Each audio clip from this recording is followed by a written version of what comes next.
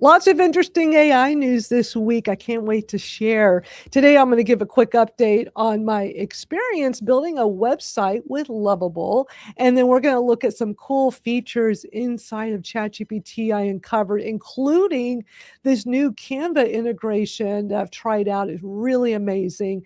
And we're going to touch on the brand new Claude. What is it? It's the Claude. Now I'm blanking on the name of it. It's that brand new one. I forgot the name of it. Claude something 5. And so that just came out. We're going to watch a short little video on that later so we can all learn about what this is and some prompting lessons that I've picked up recently. And as always, practical AI shortcuts that you can use that will help you today. One quick note before we get started. If you ever want to pick my brain about digital marketing, social media, live streaming, AI, all these different things. I've been in the digital marketing space for 30 years, and I just take all this stuff in and I try it and I learn from it, and I like to share it all with you. And anytime that you want to get some shortcuts and learn these things faster, get in touch. I do offer consulting sessions. Just reach out to me wherever you're watching this, or go to MadalynSkylar.com. So this is our weekly chat called AI Shortcuts to Work Smarter. It's just our weekly live stream hangout. We do this for about an hour.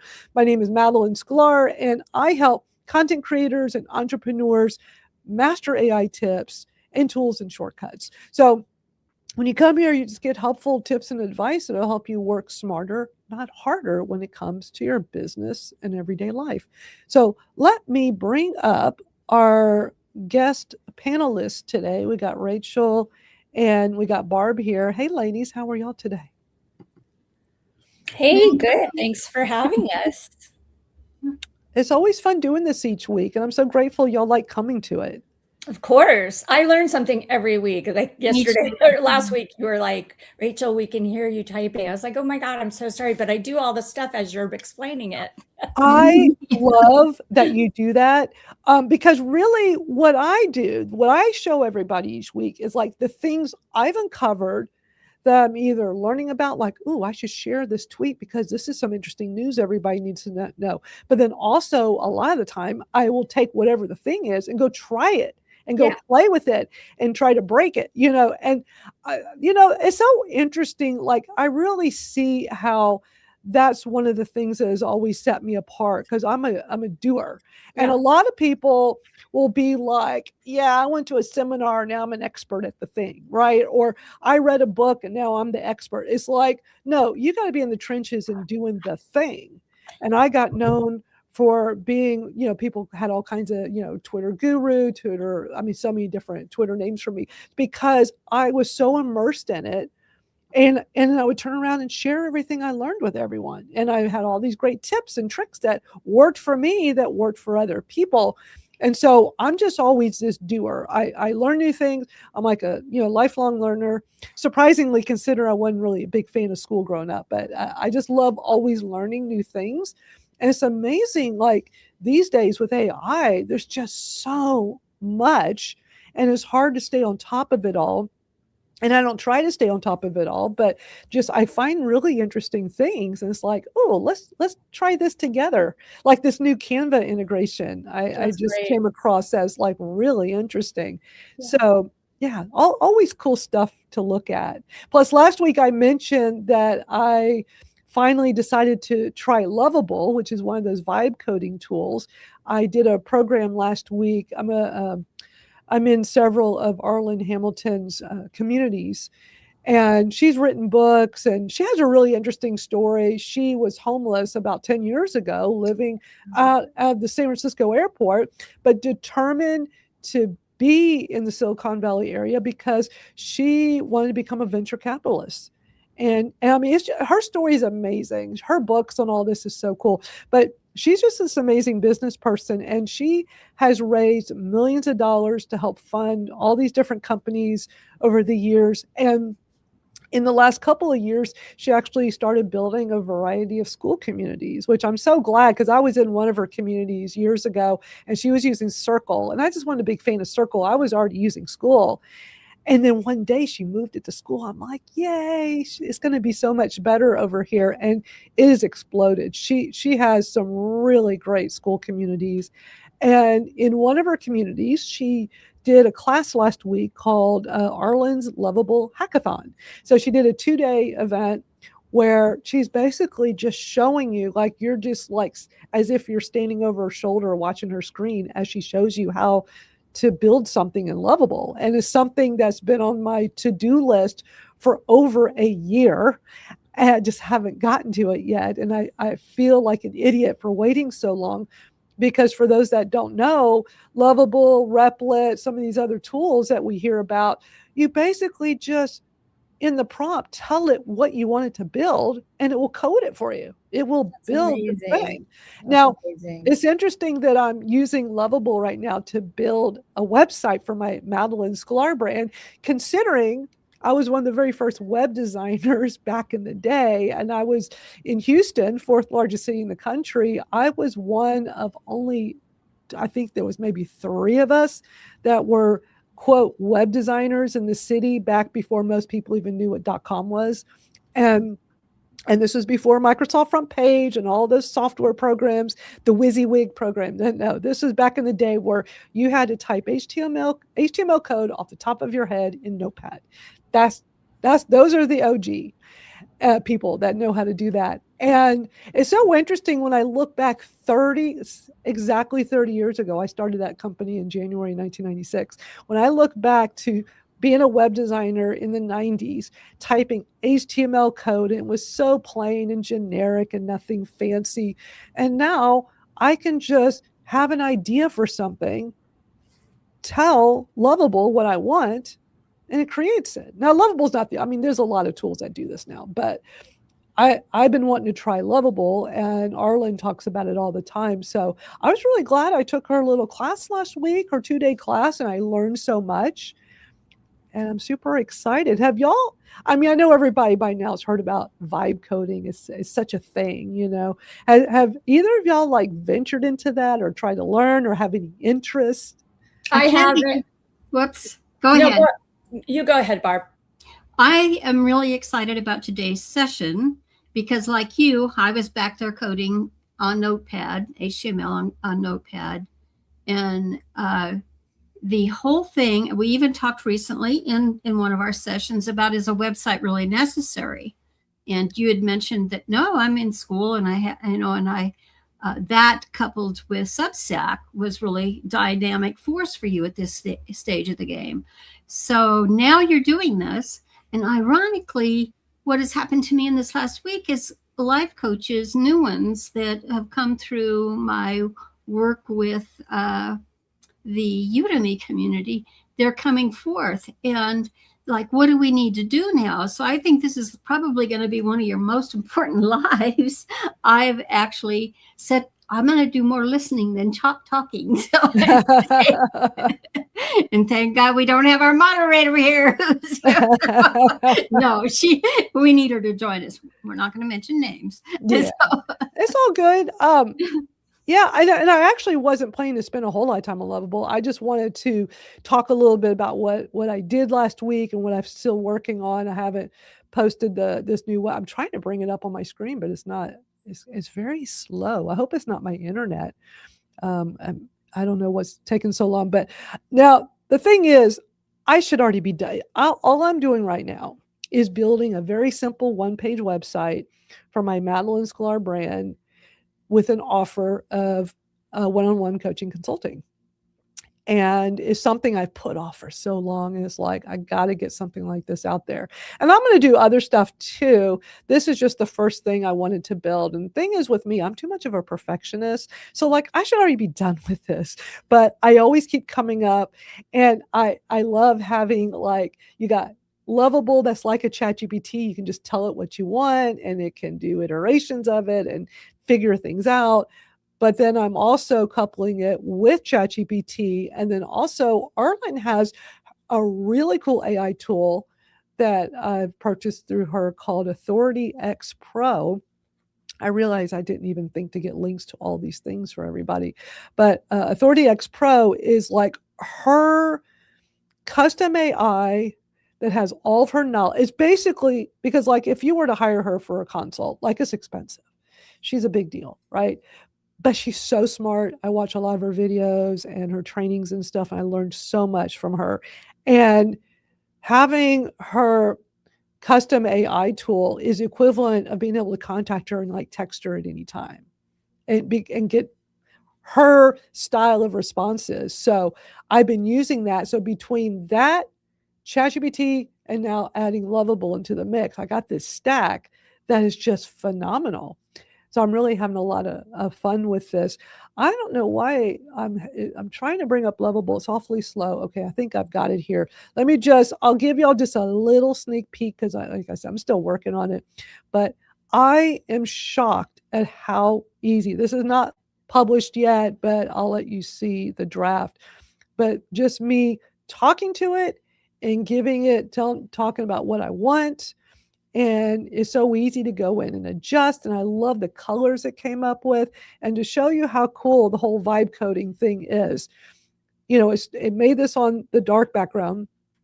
And I saw on one of Arlen's sites, one of her Lovable sites, she had the little icon in the top right to change from dark mode to light mode. So all I did was I gave it the link to that site of hers.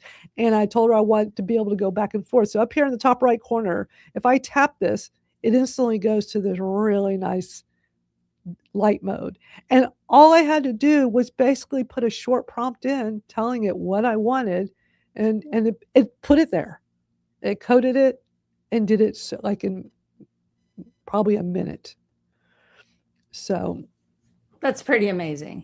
It's cool. We want that from our end, Madalyn, if our browsers are actually set them in dark and in light. And I have some eyesight issues that I definitely need to watch things in the dark, as dark as I can get them now. But as web designers, us controlling that, then would that override what the browser? That's a good question. That I don't know. It's just while I was building this, I was like, it built it in a dark mode style, and it looked so nice. But I'm like, I'm not a big fan of dark mode, even though I thought this looks really good. I love it. And then, like I said, I see one of Arlen's sites, and it was something she created in Lovable that had the little icon. I'm like, how perfect, because you see the little icon, you click on it, and it automatically puts it into light mode. And I love the way it did the cut. Look at that; it's just so slick. And so I'm still building this, but I can't get over how easy it is for me to do this. And the thing with Lovable, just like with any of these tools, there's like a free version, and they got their paid version. So I started with the free. The thing with free, you get like 5 credits. So like every time you talk to it with what you want, it'll use up credits. So you could go through your credits pretty quickly. But they have some kind of thing. I'm still new to this, but it was like you get 5. Although when I signed up through Arlen's link, it gave an additional 5. So I actually started with 10. And then I think it's something like each day, even on the free account, it'll just give you 5 credits like once a day. So I guess when you hit your limit, you have to wait till the next day. So in building this, I'm like, okay, and this is so smart. This is smart business on Lovable's part. I'm like, okay, I got 2 choices. I can build this slowly and just wait till I have enough credits each day on the free plan. And every time I get 5 more credits, okay, I can build some more the next day. And then I hit the limit, and then I can build some more the next day. And I'm like, okay, but that could take like a week or 2. And then it's like, okay, the lowest paid plan is $25 a month. And I'm like, well, if I do the month to month, let me see if I'm going to like this. The thing is, you can just build something and it'll stay. Like you're only using the credits to build, not for people to come view a static site unless you have like it doing a lot of interactive things. And my understanding, I'm still learning all this, but my understanding based on what exactly you're putting out. But I'm just working on like just some plain static, no frills websites of just offers and things like that. So I'm super impressed at the moment, and just wanted to spend a few minutes showing y'all just this little bit. Okay, Larry, thank you, Larry. Larry says, I think it's 5 daily credits up to a max of 30 a month. That sounds right. So when I signed up last week on Arlen's link, it gave me 10 because it did an additional 5 for using her. I imagine if I go get me a link, it'll probably let everybody have an additional 5 too for anybody who wants to try it. So I'll get there. I just haven't done it yet. But then, yeah, so you either build slow for free or go a little faster, pay a little more. So interesting business model on Lovable's part. But it very quickly, I'm like, okay, I don't want to have to wait each day and just do a little bit. So I'll just go ahead and just try month to month and see what happens, even though I'm not trying to take on any more tools, any more subscriptions. Y'all know we've talked about this before. It can be never ending. But something I want to show you all, because I was looking over at Lovable's Twitter account, and they just posted a tweet with some really interesting stats, because, I'm really starting to kind of dive into this now. So it says that there's been 50 million projects built with 720 million monthly visits to apps made on Lovable. Like, this thing is popular now. This thing is like really, but what's interesting, 80% of builders are non-technical. 35% of them are already generating revenue, because a lot of people are like building things like offers and paid apps and different kinds of things, which I think is super interesting. And let me show y'all something else real quick. I got to switch screens because I thought there was a really interesting statistic I uncovered when I clicked on the link, and it goes to their actual website where they have like even more stats. So these are like the stats from the tweet. And then this one says 4 in 5 are non-technical. So a lot of people that are using Lovable are not technical. You don't need to be, which is what's so great. And most people are solo builders. So just, solopreneur, 80%. I thought that was super interesting. But look at this, building by gender. 82% of people using this are men. Only 14% are women. Isn't it always interesting how you just don't see as many women in a technical space? That's fascinating. It is fascinating. Is absolutely fascinating.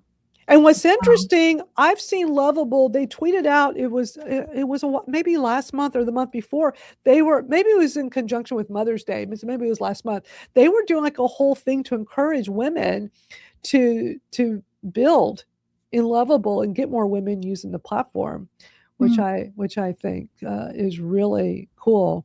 Yeah, Lori says vibe coders equals non-technical. That's the beauty of this. All it takes is imagination.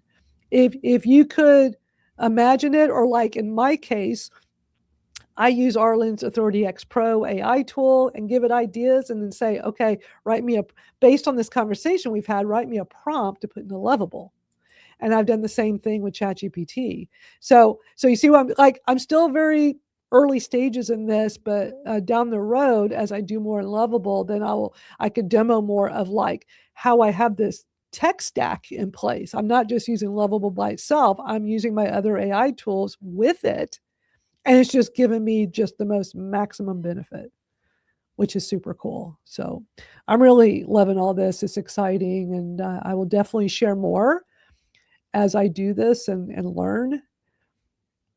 So that's what I wanted to share about that. I just got too many screens open is my problem right now. I'm just too excited about all this stuff to share with y'all today.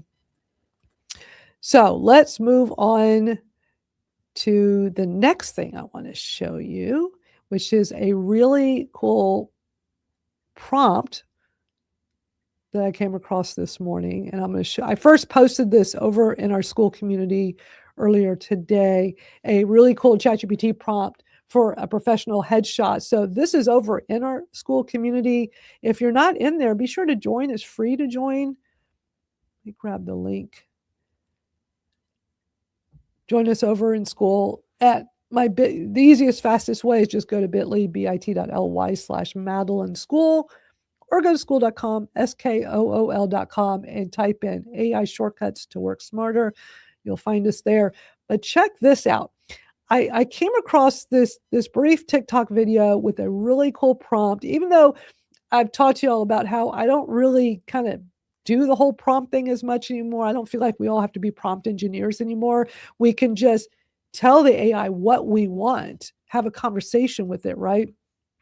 But I still like when I uncover these interesting prompts because I want to turn around and try it and then see what it can do for me. So let me go grab this short video. So basically, I'm going to play the video in just a moment, but it gives you this long prompt right here. Okay, it's a long prompt. And what the gal says is to take a selfie or upload a photo or something. So I had this selfie I had taken yesterday because I was doing another prompt. So I took that, ran this prompt into ChatGPT, and it created this image, which, to make me look all, fancy, dressed up, and taking all the things in this prompt right here, which seemed kind of cool. But let me play the video because I think many times just watching the video, things, at least for me, it always makes more sense when I watch. I'm more of a visual learner, but I do have this over in Skool for those that want to check that out. So let me cue this up because this is a really cool one. I like this one a lot. Okay, so you should see, there we go. You can now create professional headshots using ChatGPT's new image generator, and I'll show you exactly how to do this. We're going to open up a new chat in ChatGPT, and then first of all, upload a selfie of yourself. Then you're going to insert this prompt. I will paste it in the chat for you so you can copy and paste it and put on ChatGPT's image generator. This is the image ChatGPT created for me for my professional headshot. Then I clicked edit. Here on top, you can change the aspect ratio, and I asked it to regenerate and generate it as a story. I asked it to make the aspect ratio 9:16, so it's story ratio, and this is the result. All done under 2 minutes. Let me know if you have questions in the. So the thing is, you could do this in Nano Banana, like Larry mentioned, or ChatGPT, whatever your favorite image generator is. But I was impressed at how good mine came out just from copying and pasting that font. And one of the things I typically do, like I was watching that video this morning on my phone, and I didn't catch that she had the whole prompt in a comment on there. So what I'll do, many times what I'll do is when they show, because a lot of times people don't give you, it's just on the screen, right? I'll take a screenshot of the prompt they show in the video, and then I'll put that into ChatGPT and I'll say, take this font. And that's exactly how I ran this one. Because again, I didn't realize she put the whole entire prompt to copy and paste in. So I screenshotted that, put that into ChatGPT. I gave it that selfie I took yesterday, put that into ChatGPT, and I just said, run this prompt. And that was the photo that came out of it. So cool, right? Absolutely cool. I did that. As you know, I'm wearing Pop's bomber jacket that the president gave him. And when I came across it and I thought about it, I thought, I want to actually show myself in that with different tops and so forth and so on. And so I created a project in ChatGPT. This is, particularly about that outfit. And look, and it makes it really fast for me to do it. I love how far we've come with ChatGPT in particular. Yeah. I don't think I'll be giving it up anytime soon.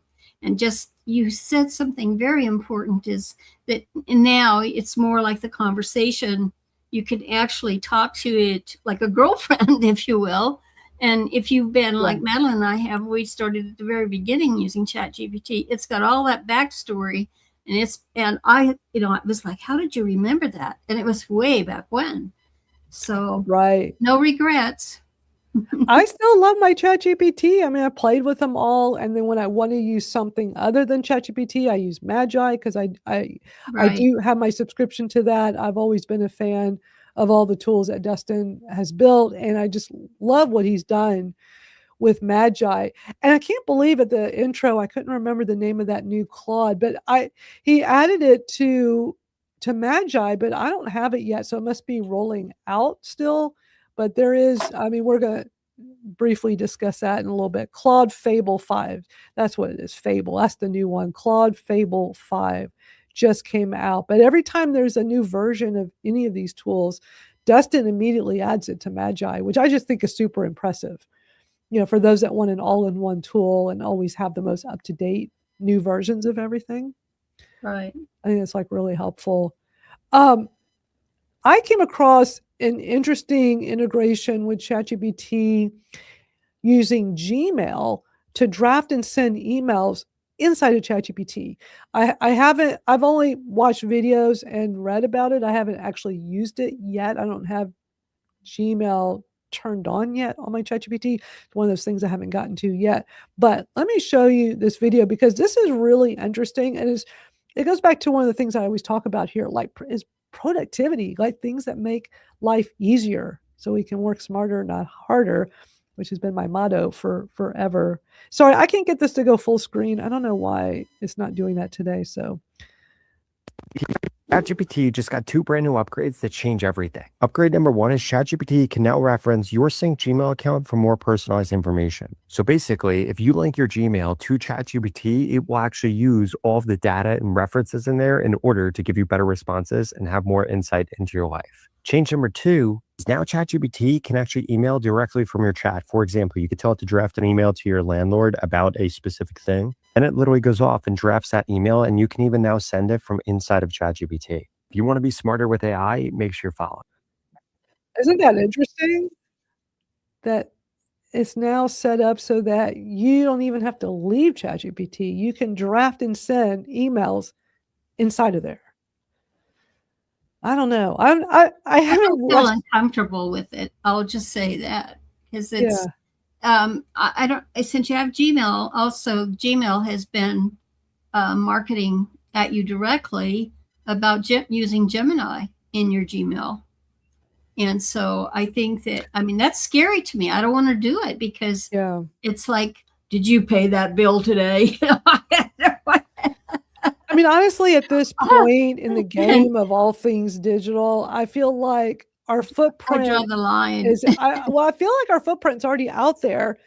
That there is no privacy as much as we want to think there is. I just honestly think that everything is out there. And you being a Texan woman, I'm surprised you would. I don't know. I guess it just wouldn't surprise me. I wouldn't be happy, but just doesn't really surprise me that, the way people are able to steal private information and they seem to do it so easily. Absolutely. So part of me is like, well, does it really matter? Should I add my Gmail and connect it to ChatGPT? Is it really gonna? Because some people have said, oh, privacy is a big thing with that. And I've had friends say that Claude is safer to connect like that than to do it through ChatGPT. But I don't know. I just kind of look at it like, if somebody wants your data, they're going to get it. Maybe that's not a good attitude to have. But I think it just goes back to I wouldn't be surprised if something. I just wanted to add, my older sister is not on the internet, right?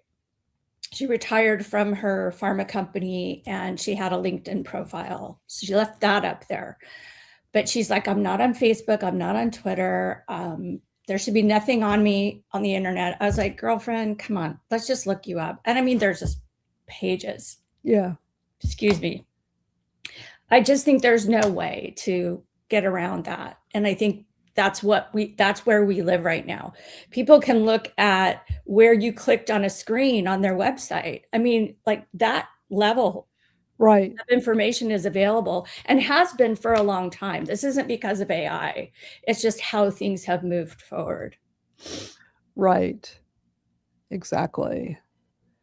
So Larry's been using AutoKit MCP via Claude ChatGPT integrated with Gmail to draft replies. Cool. But to do it inside the LLM is interesting.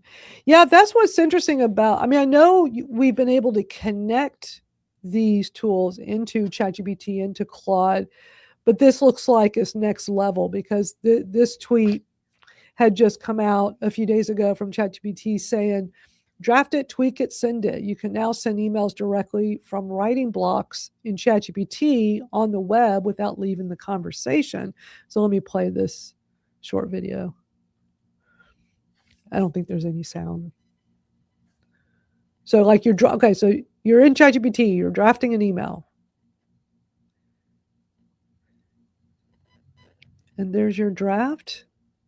So this is connected to your Gmail in ChatGPT.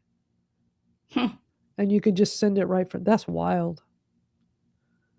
And then it shows up in your regular Gmail too, I'm sure. Yeah, because this is you're basically in here connecting it to, I want to see what people have to say about this, because sometimes just going through the comments, you can learn a lot and hear what other people think, but I don't think people are really, I'm not seeing any useful. But this interesting. I mean, I keep leaning more towards trying that and connecting my Gmail, and because there's a number of things it can do. If you have your Gmail or your Google Drive connected, then it can easily access like all your stuff, right? So then when you're talking to ChatGPT, or you do this with Claude, it just has a lot more information, so it can help you be even more productive. But now this next level of, you can actually draft the email and send it while inside there. It's like, whoa. I mean, I don't mind being old school and just doing it all myself, but it's just interesting. I find all this stuff interesting. And some people like the ease of use, that you can just have it do everything for you. I mean, part of me likes that. Part of me is like, I don't know. It's a little much. So one of the other things I've been looking into is integrating ChatGPT with Canva. So, you can add your Canva, and actually I do. I added my Canva into ChatGPT a while back, but I haven't really used that feature. And then I saw a tweet come out from Canva Tuesday.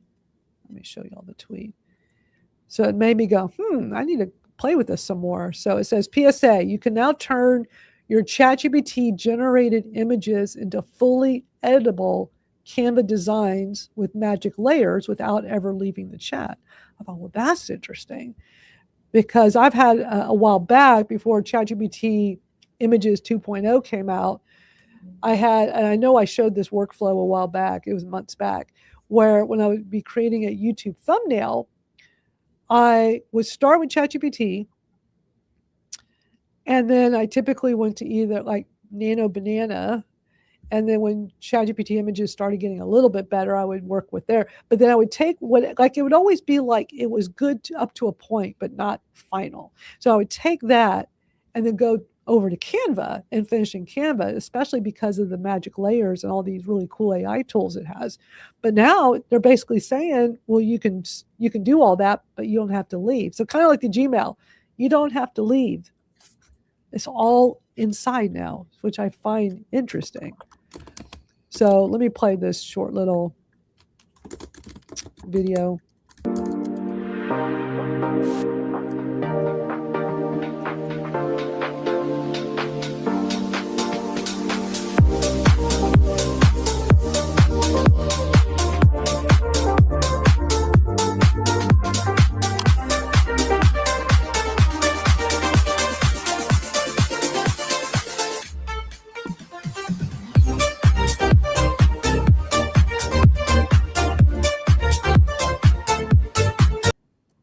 That's pretty cool. That, I think, is pretty cool. What do y'all think of that? Somebody's typing. I was muted, so it wasn't me. Sorry. That's okay. Multitasking is allowed here. I know. We don't mind. I think it's really cool. It's kind of amazing, I think, the stuff that we would have to, I understand why people are like, people are going to lose jobs because of AI, because we can put stuff like this in. I don't have to hire a graphic designer because I hate doing graphics, but I still have my assistants, right? So I think it's important that we don't like have this big existential like freak out over it. Right. It's a wonderful tool to help us. It doesn't mean that it's replacing us. And I think that's like the the major freakouts that people are having, I think, is more out of not understanding that it's not turning into Skynet, at least not yet. It's there just to help us. Absolutely. Absolutely. And the thing is, yes, there are big companies that are changing how they do business, and that, they can see value in using AI for customer service and a variety of jobs that sadly you just don't have to have a physical person do it anymore. And I know it's frustrating, like some of these jobs are going away or have already gone away. But one of the things you got to be able to do is pivot as needed. Yeah. I mean, for me being, an entrepreneur, digital entrepreneur for 30 years, the amount of pivots I've done is wild. And I was just reminded recently on just the pivots from Smarter Twitter chat to today, because, I should play this. You know what, before I say more, let me play this short little video I put up yesterday on my Twitter. So this will make more sense if I do this first. Okay. Hold on. I got to show you all this first, and then I'll elaborate more.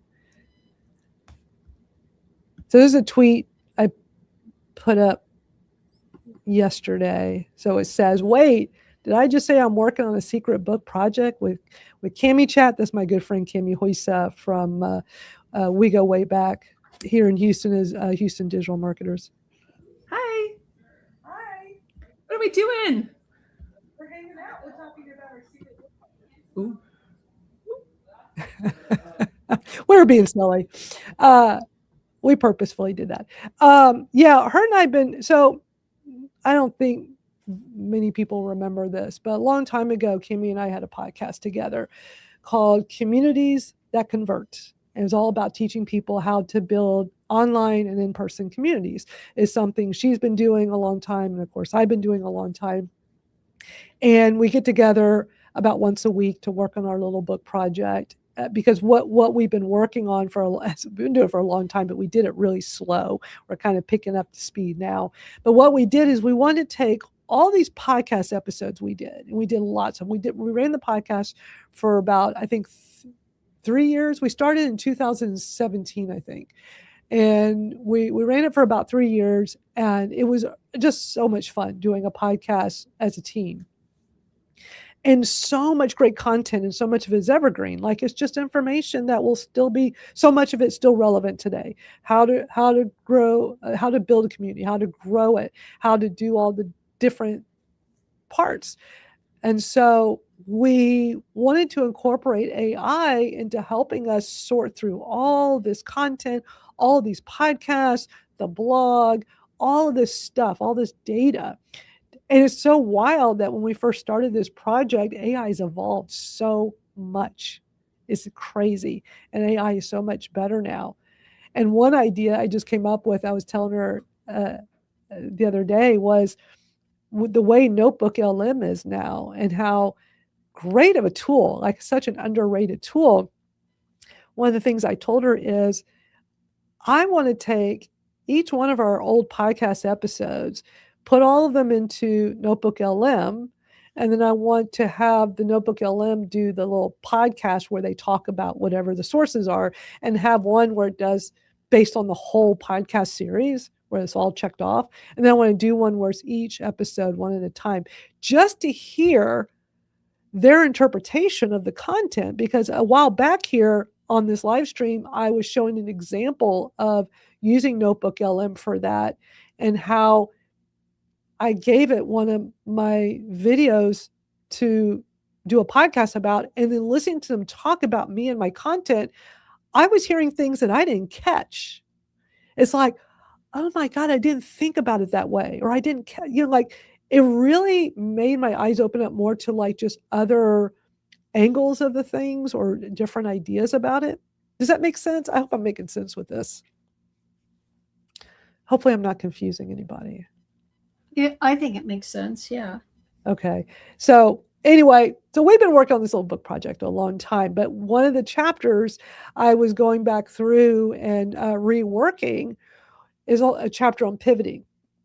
that's okay to pivot with your communities. And I was basically sharing the whole story of how my Twitter Smarter started in 2015, weekly old school Twitter chat. At this time, it was when I came up with this, actually the anniversary is coming up. I started it in July of 2015. So it's going to be 11 years old next month.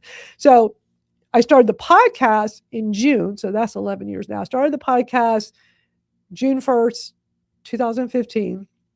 And then I wanted to have a podcast as a companion to it. So I started that in July. And as y'all know, built, this big community. But, when Twitter changed, it's like, okay, Twitter is no longer Twitter. It's now X. X is so different. And I really don't want to be known as the X gal. I was okay with the Twitter gal, but so that's when I changed this 1 hour chat from Twitter Smarter to, I first called it Learn with Madalyn. I'm like, well, I always have taught all kinds of social media. Let's just make it more broad. And then over time, it's like, no, let me pivot again. I'm going to change it to Social Media Shortcuts.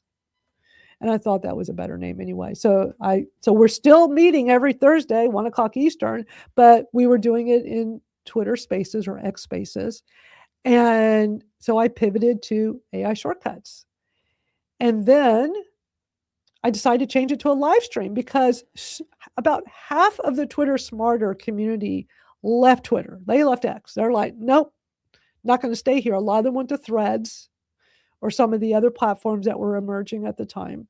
And I tried, it was always like, nothing against you, Madalyn. I'm not going back over to that platform. And I totally got it. So it's like, I'm limiting myself because I'm doing this in something that's only in X, which is Spaces. I love Spaces. I love the live audio. But it's like, okay, I need to change this. I need to do another pivot. So still Thursday, 1:00 Eastern, like we're doing right now. I love this. But it's like, let me do this as a live stream. So we can be on X, we can be on Twitter, X, Facebook, LinkedIn, and YouTube. It's like, well, that just opens it up even more. And then it's like, oh, I'm loving all this AI stuff. Let's rebrand it to Social Media and AI Shortcuts. And it's okay. The thing is, it's okay to do this, right? And I was loving more AI stuff. And I noticed in this 1 hour chat, I was talking about AI more. And so it's like, okay, so it's both social media and AI shortcuts. And then it got to the point a while back, months back, I guess it was sometime last year. I'm like, I really love this AI stuff. And it's pretty much all we cover now because there's just so much to talk about. I'm like, I'm gonna pivot again, and it's still the same audience. So many of the people that tune in and regulars, like this from the old Twitter Smarter days, right? Mm-hmm. But then also with all these pivots, it's attracting other people and then opening it up to other platforms. And so it's okay to pivot. That's not necessarily a bad thing. And I just think it's really cool when I look back, and that's just one community. I've built others. Yeah, I feel a lot of the same with regard to Twitter Spaces. I was a big fan of Twitter chats, the written old-fashioned kind. Old school. The OG. And then, it changed to Spaces, and those were great. And I did a space every week for sex abuse chat on my Rachel account. And then I did book marketing chat on Wednesdays. And I did those for years. And then it became X, and it just went very downhill. Not only the interaction that you'd have with people, the people that would show up and try to bomb your spaces, but also the glitch factor was really difficult. And I used to have guests come on, like clients who are talking about their books. And even though they would log in, trying to explain to them how a space worked was almost impossible. It was just it was like you're Sisyphus climbing the mountain, right? People just didn't get it. Whereas if you come over to Substack, or I'm sure here, like on Skool or YouTube or StreamYard, you just click play, people show up and voila, there they are. It's so much easier. So for me, X just became almost impossible and not worth my time. Yeah. Yeah. I mean, things change and it's okay. And that's why you have to pivot. That's the whole point.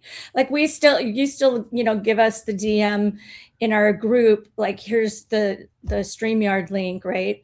But other than that, our groups are so quiet because we've gone other places. Yeah, it's so X is just so different than it's nothing like Twitter was back in the day. Mm-mm. And even with all these features, like DMs used to be great here on X. And I don't know what happened about a year or two ago, but man, I don't ever get notified and they're all wonky. I know it was when Elon changed it to, he did something with the DMs and it just made it all funky. And I never understood why they didn't. Well, now you have to put in your code in order to access your DMs. So if you don't put in your 4-digit code, it was something with all of that, and it just was never the same after. Yeah. But also, it's like I post and it's ghost town. It's like it's such a ghost town. Yeah. That's why I think for me and for most people, I would guess who are 60 or over, Facebook tends to be very comfortable because they've been there for 20 years, right? But they don't understand how to use it differently to market their book or their product or their course or whatever. So I find you really have to look at where your demographic is. That's what I tell people. If you're really hoping to build subscribers, then go to Substack. If you don't care about capturing emails, then don't, spend your time on social media. It's all of whatever your goal is, then create a plan, sort of backwards engineer it. Right. Exactly. Absolutely. I will say really quickly, I went on my first space recently as a guest, and I was talking about Substack for writers. I put this on my Substack actually, and one of the first questions I got was how to get demons out of someone's Kindle.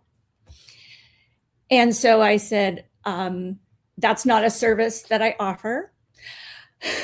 However, good luck to you. And then I was like, I'm out. It's just bringing, and I feel bad. I'm not trying to laugh at somebody, but clearly there are mental health issues there. And so it's just like, do I, as a person, as a guest, have to take that on too? So it's just easier to just not. Right. It's not the same. That's for sure. No. It's just not. And that's okay. I got on it just for the news, picking up Same. the news. That was the only reason, and they're still there. Yeah. I agree with you, Barb. My procedure on that platform, I did pay that first level fee, and my procedure on there is to go check 4 times a day in Grok. It says latest news, and it pulls from X. And so for those, I save that. And that's what I use it for. And you think, well, I pay X for that. I paid more than that for newspapers and the time. So that was the original focus of it. And I really think, because they've still stayed there and that information is still flowing. And I think that some of it is back to old school methodology, is that if you have a client who needs to get that broader distribution, because it is like a graveyard, if anybody responds to those authors of those from those news sources, they actually respond to you. If you reach out to them, if you point out, send it directly to them, they reach out. And I think that's because they know the same thing. It's, nobody's going to pay attention. Right. And so, but that's what I use it for. And it's really sad what's happened to it, because it could be so much more. But then Meta has really kind of messed up Facebook too. So, I think they're after us OGers. It's definitely not what it used to be. That's for sure. Times have really changed. So I know we're already getting to the top of the hour. I want to show this short little video I came across so we can all learn about this new Claude Fable 5, because that's the new version that just came out. You may remember, I think it was a month or two ago. Remember how they were talking about how Claude has this version that was so just too powerful that they like, this could affect humanity? Do y'all remember that? Oh, It was yeah, called, yeah, like, yeah, it was yeah. called like Mythos or something. Mhm. And it was like this big deal. And Larry says, speaking of old school Twitter, how about lists? I still use Twitter lists.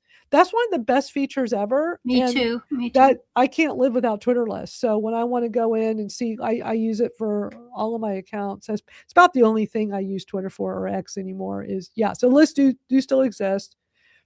It's a smart thing. Basically, for those that don't know, a Twitter list is you can go on profiles and you click the three dots and you can add or remove people from a list. You can make your own private lists, like for your eyes only. You're building your own custom feed. So like for this, my Madalyn Skylar Twitter, I have one of just to stay on top of AI stuff. I have, and I make mine private because they're just for my eyes only. I don't make them public.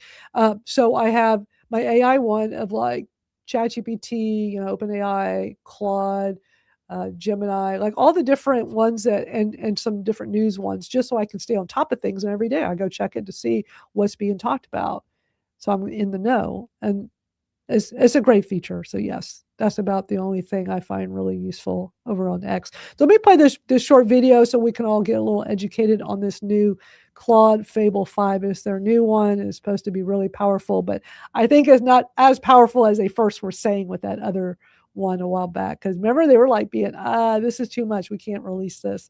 If it gets into the hands of the wrong people, I was like, whoa. But let's watch this because I'm still learning about it. Massive update to Claude today with their new model Fable 5 that's apparently so powerful they had to hold it back and work out how to make it safe to release. So let's look beyond the hype at what this actually means for you and me, how you can get hold of it, and what it's best used for. So in April, Anthropic previewed a model called Mythos, and its capabilities far exceeded those of every model they previously created. And so they held it back because it could be misused to create large-scale cyber attacks or bioweapons that could result in catastrophic damage. Now, I know that sounds scary, but this feels like a good time to remind you that over 6 years ago, OpenAI said that GPT-2 was too dangerous to release. So we have to take these claims with a little pinch of salt, but this is clearly really powerful. And so they gave Mythos to a small group of cyber defenders at companies like Microsoft and Google to find and fix flaws in their own systems, while Anthropic worked out the safety side. And so they've added guardrails and today released it as Fable 5. And if you ask it about cybersecurity, biology, chemistry, your question either gets blocked or answered by the previous model, Opus 4.8 instead. Now, on the benchmarks, it's clearly a massive step up from Opus, GPT, and Gemini. And the more complex the task, the bigger the gap. If you want to try it, you can do today until the 22nd of June. It's included in all paid plans, but it uses twice as much of your usage limit as Opus. So depending on your plan, you're going to hit limits faster. But a little tip for you, currently there is double usage in Claude Co-work. So if you use Fable there, you'll get far more usage.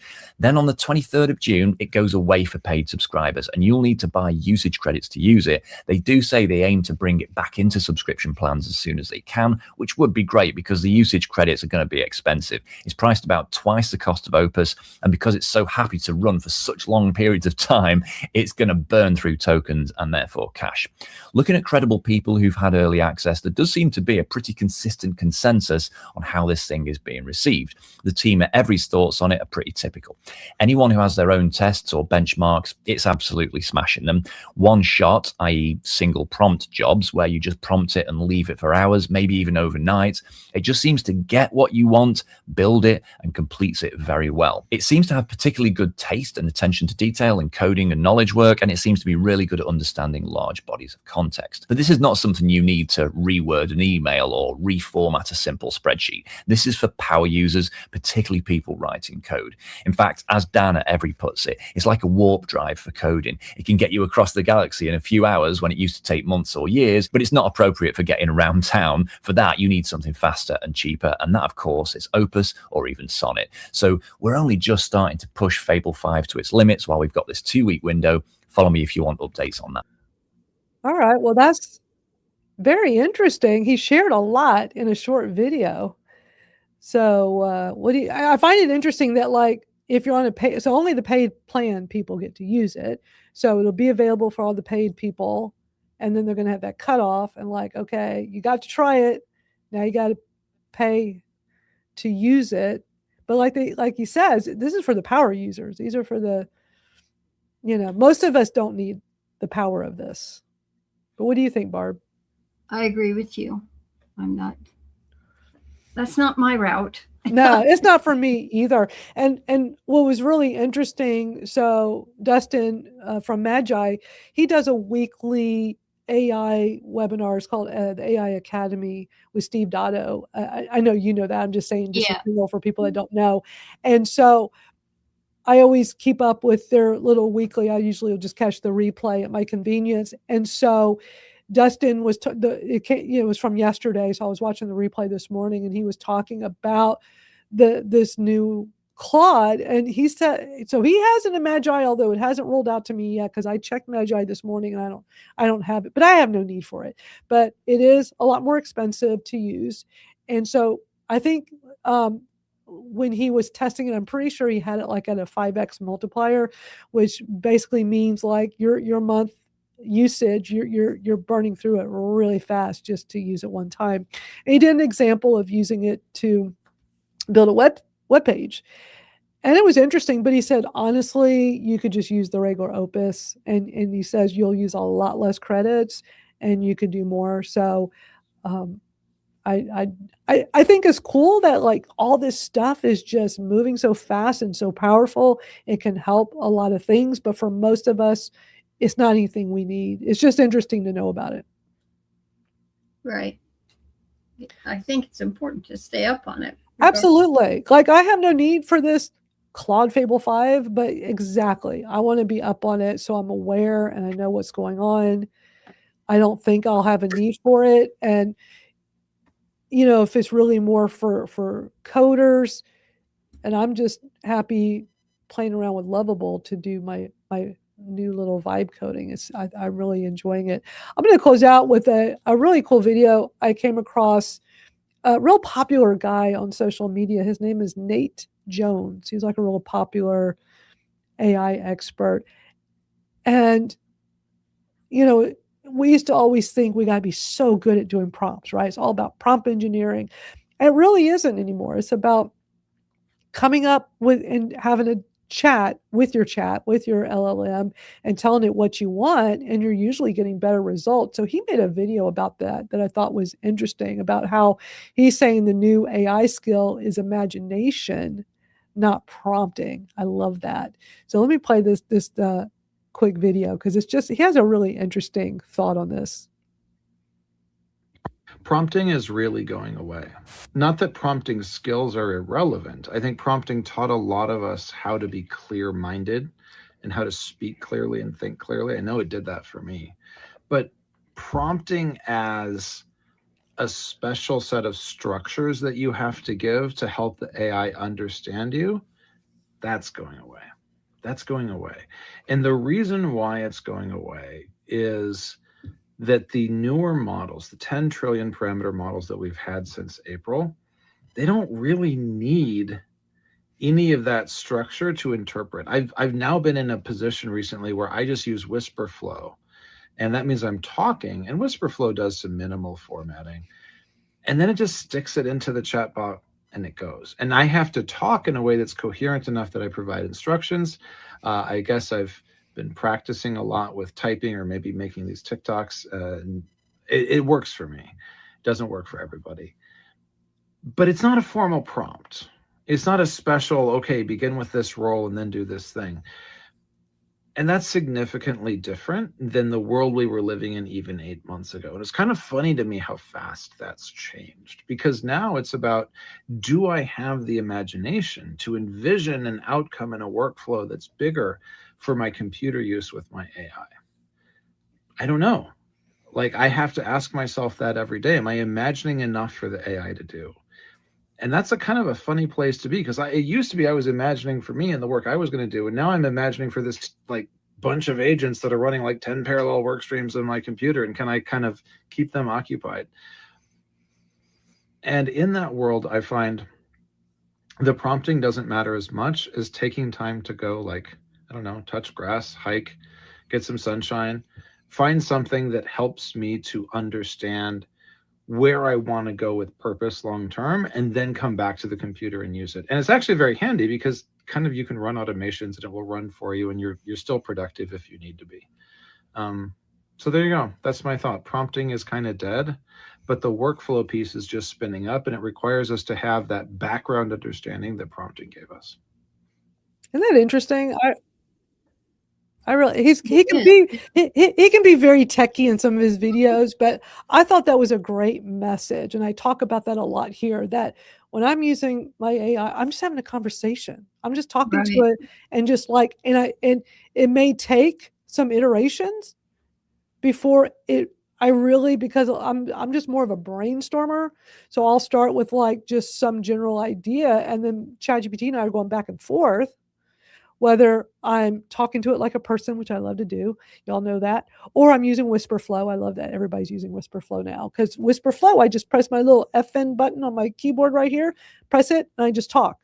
I'm just blah, blah, blah, blah, and it's just putting all of that voice to text with a little bit of, AI to keep it cleaned up. It catches all your mistakes and stuff. It's really cool. And I can talk faster than I can type. I'm a fast typist. I took a typing class in 8th grade. So I can type fast. But oh my gosh, how much faster and easier to just press a button on the computer and just talk. And on my phone, when I use on my phone, I just press, I still haven't jumped into WhisperFlow, and I probably should. I mean, I talk about our keyboards. I buy them at Best Buy because they allow a free swap out after so long. But once again, I wear the letters off of the ASD and that very fast because of typing so fast. And I think that, doing the audio only would probably save a lot of time. And this is where Pops would say to me, what's wrong with common sense and logic?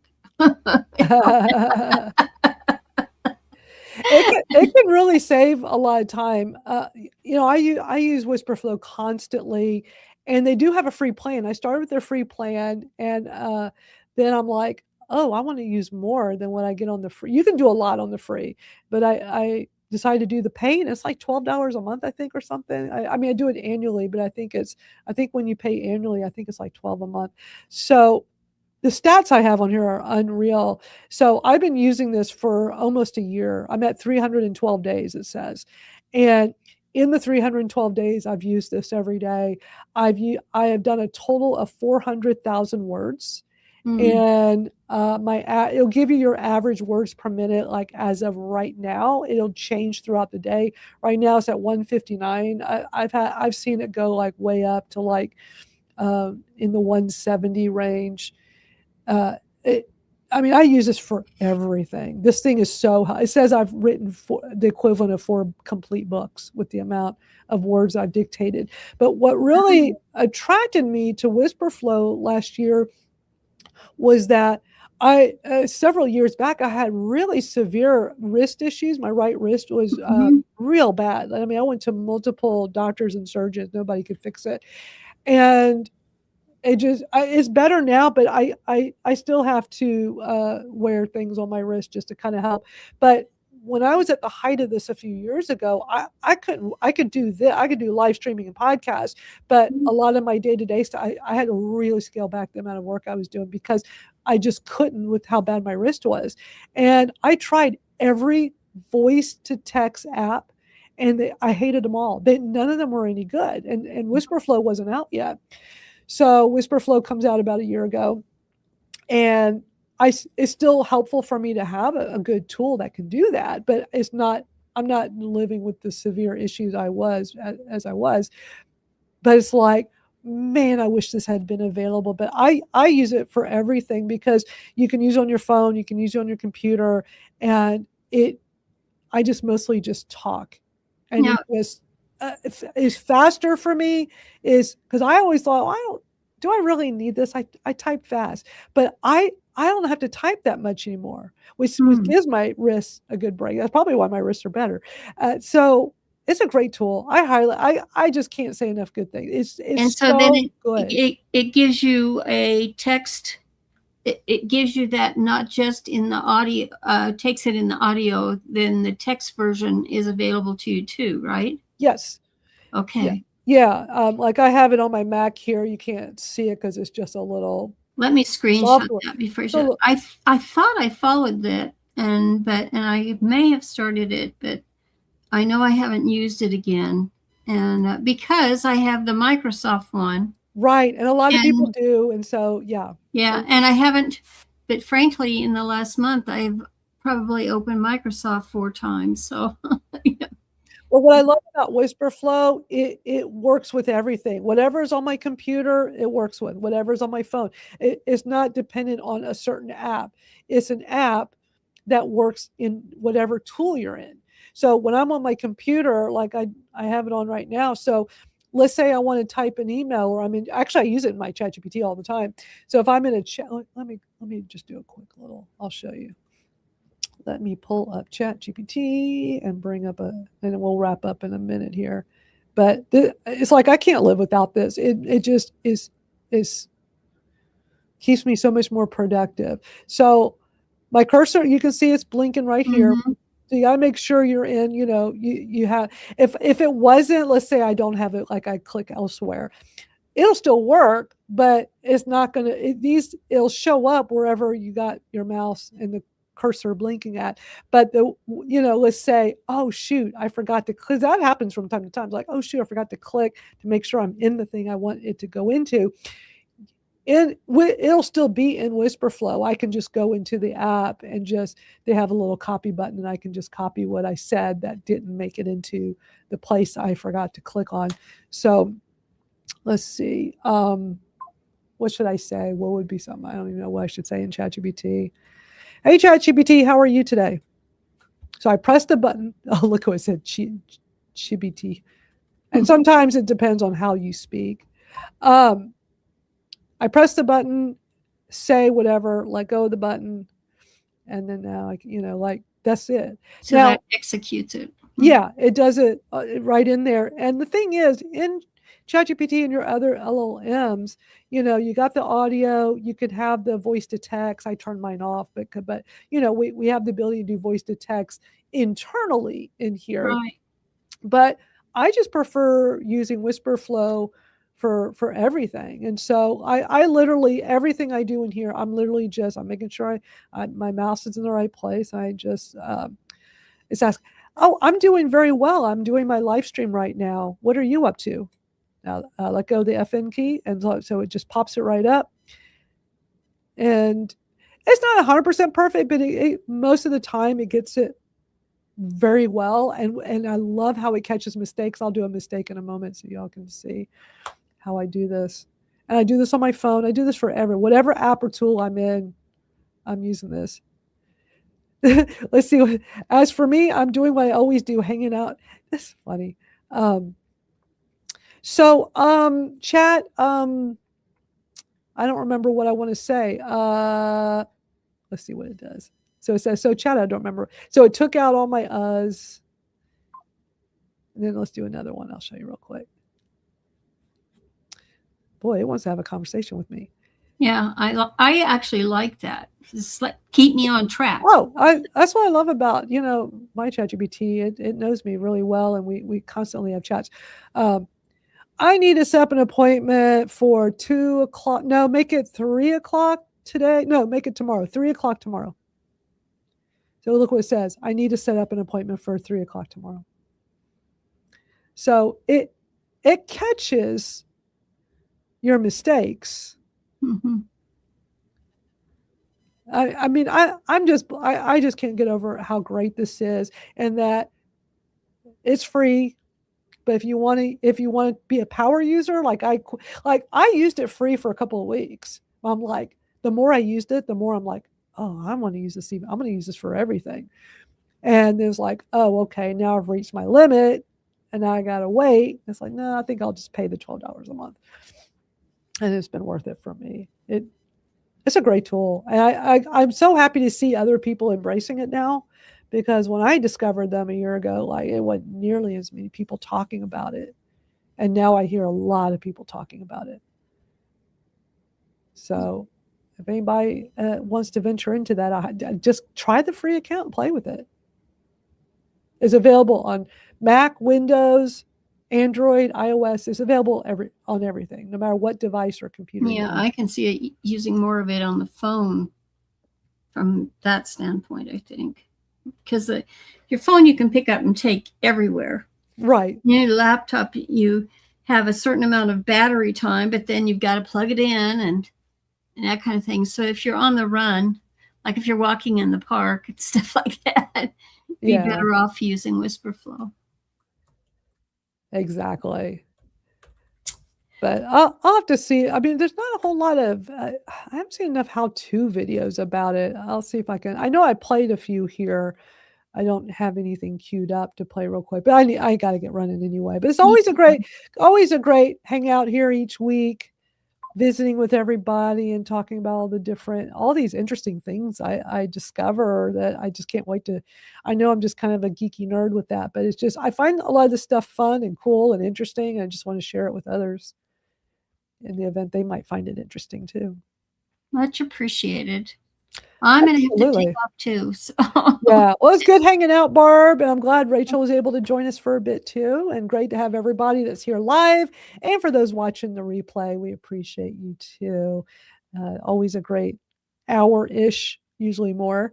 So we'll be back next Thursday. Come join us in Skool, where we continue the discussions over in our Skool community at AI Shortcuts to Work Smarter.